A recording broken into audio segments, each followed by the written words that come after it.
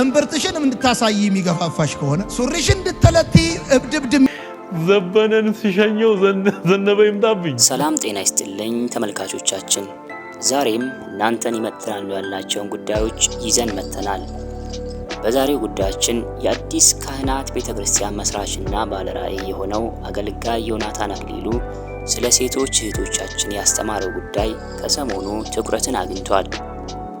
እንዲሁም የጄፒኤስ ቸርች መስራችና ባለራዕይ የሆነው ነቢይ ሄኖክ ግርማ ከአሜሪካን ሆኖ የይቅርታ መልእክቱንም አስተላልፏል። ለመሆኑ ምንድነው የተፈጠረው?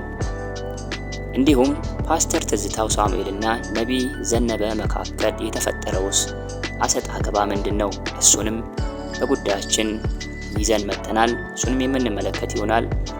ለዚህ ዩቲዩብ ቻናል አዲስ የሆናችሁ ካላችሁ ሰብስክራይብ በማድረግ የቻናላችን ቤተሰብ እንድትሆኑ እንጋብዛችኋለን። በጌታ ፍቅር እንጠይቃችኋለን። አሁን ቀጥታ ወደ ርዕሰ ጉዳያችን እናመራለን።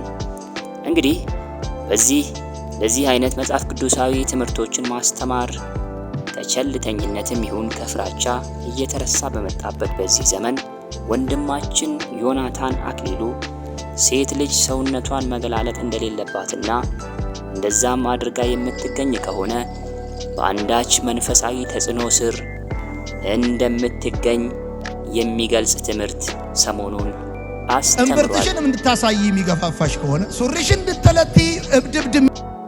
ይህም መነጋገሪያ አጀንዳ ነበር ከሰሞኑ። መጽሐፍ ቅዱሳችንም ቢሆን የሚያስተምረን ይህንኑ እውነት ነው። ራሷን ሳትሸፍን ግን የምትጸልይ ወይም ትንቢት የምትናገር ሴት ሁሉ ራሷን ታዋርዳለች፣ እንደ ተላጨች ያህል አንድ ነውና እያለ ሐዋርያው ጳውሎስ አንደኛ ቆሮንቶስ መልእክት ላይ ምዕራፍ 11 ከቁጥር 5 ላይ የተናገረውን ማየት በቂ ነው እንላለን። እንግዲህ ወንድማችን ዮኒ ጸጋው ይብዛልህ ብለን ወደሚቀጥለው ጉዳይ እናመራለን።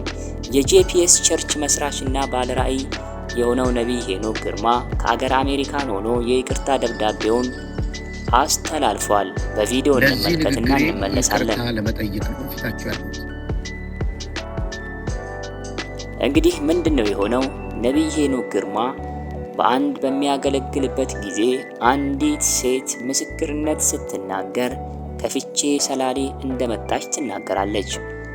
እሱም ቀበል አድርጎ የመተተኞች አገር ብሎ በመናገሩ ይህም ንግግሩ ብዙ ቁጣን አስነስቶበታል በወንድማችን ላይ። እንግዲህ ነቢይ ሄኖክ ግርማ የተናገረበትን አውድ ለመረዳት ሙሉውን ቪዲዮ ማየትና በእሱ ቦታ ሆኖ ነገሮችን በሰከነ መንፈስ ማየት አስፈላጊ ነው የሚል ሐሳብ አለን እኛ እንደ ሚዲያ። ያም ሆነ ይህ ግን እሱ ለጉዳዩ ይቅርታ ጠይቋል። የሰላሌ ፍቼንም ሆነ ሁሉንም የኢትዮጵያ ሕዝብ በኩል እና በብዙ ማክበር ነው የምናገለግለው። ለተፈጠረውም ነገር ይቅርታ እጠይቃለሁ። በቅርቡም በፍቼ ሰላሌ እግዚአብሔር መልካም ጊዜ ይሰጠናል። እግዚአብሔርን አብረን እናመልካለን፣ እናገለግላለን።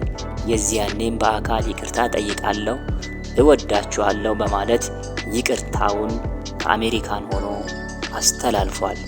እግዚአብሔር ይባርክህ ማለት እንወዳለን። እናንተስ በዚህ ጉዳይ ምን ትላላችሁ? ውድ አድማጭ ተመልካቾቻችን፣ ወደ ሌላው ርዕሰ ጉዳይ ስናልፍ ፓስተር ትዝታው ሳሙኤልና ነቢይ ዘነበ መካከል የተፈጠረው አሰጣ ገባ ምንድን ነው? እንግዲህ ወንድማችን አገልጋይ ዮናታን አክሊሉና ፓስተር ትዝታው ሳሙኤል በአንድ ባደረጉት የፖድካስት ኢንተርቪው ላይ ስለ ታቦት ሲያወሩ ተመልክተናል። ወንድማችን ዮናታን ሲጠይቀው ፓስተር ትዝታውም ደግሞ ስለ ታቦት የሚያውቀውን ሲመልስለት ሲያብራራ የተመለከትንበት ስለ ታቦት ነበረ። እኔ ከሩቅ ነው የማውቀውና እንግዲህ ፓስተር ትዝታው እንደዚህ ነበር ያለው። እነሱ ታቦት የሚሉት የሚሰራው ከግራር ወይም ከቀረሮ እንጨት የሚሰራ 4 ማዕዘን ጣውላ እንጨት ነው። ቅርጽ ይቀረጽበታል። የመላእክት የገብርኤል ሊሆን ይችላል፣ የሚካኤል። የሚቀርጹትም ከቅስና ወይም ከድቁና ማዕረግ የተሻሩ ናቸው እያለ ስለ ታቦት የሚያውቀውን ድሮ ያኔ እዛ ቤት እያለ የሚረዳውን የሚያውቀውን ያስረዳበትን መንገድ ወንድማችን ነቢይ ዘኔ ዘበነን ሲሸኘው ዘነበ ይምጣብኝ። እሱም ደግሞ በአሽሙር እንደዚህ የሚል ምላሽ ሰጥቷል። በየሚዲያው እየወጣችሁ አትለፋለፉ፣ የሌሎችን ታቦት አትንኩባቸው፣ አክብሩላቸው አይነት መልእክትም በሾርኔ ወይም በአሽሙር ሲናገር ተስተውሏል። ነቢይ ዘነበ ማለት ነው። እንግዲህ ሰዎች ያድነናል ብለው የያዙትን ቁስ ነው እያላችሁ አትናገሩ። የኔ አምላክ ወደ እኔ ሲመጣ ታቦቴን አልነካብኝም እያለ ሲናገርም ተደምጧል ነቢይ ዘኔ። እንግዲህ በዚህ ጉዳይ እውነቱን በግልጥ መነጋገርና እውነት የሆነውን እውነት ውሸት የሆነውንም ደግሞ ምንም ሳያድበሰብሱ ውሸት ማለት እንደሚያስፈልግ ይሄ የኛም አቋም ነው። ከኢየሱስ ውጪ የሆነ ሌላ ሰዎች ያድነናል ብለው የያዙትም ሆነ የሚከተሉት ሁሉ ጣዖት ነው። እዛ ነው መጽሐፍ ቅዱሳችንም ሲናገር አንደኛ ዮሐንስ መልእክት ላይ መጨረሻው ምዕራፍ የመጨረሻ ቁጥር ላይ ልጆች ሆይ ራሳችሁን ከጣዖታት ጠብቁ እያለ ሐዋርያው ዮሐንስ የተናገረበትን ክፍል ማስታወሱ በቂ ነው እንላለን። በዚህ ሁላችንም እንስማማለን። ግን የአገልጋዮቻችን በየሚዲያው እየወጡ መተቻቸት ለሰይጣንም እድል ፈንታ መስጠት ይሆናልና መነቋቆሩ፣ መሰዳደቡ ቢቆም መልካም ነው እንላለን።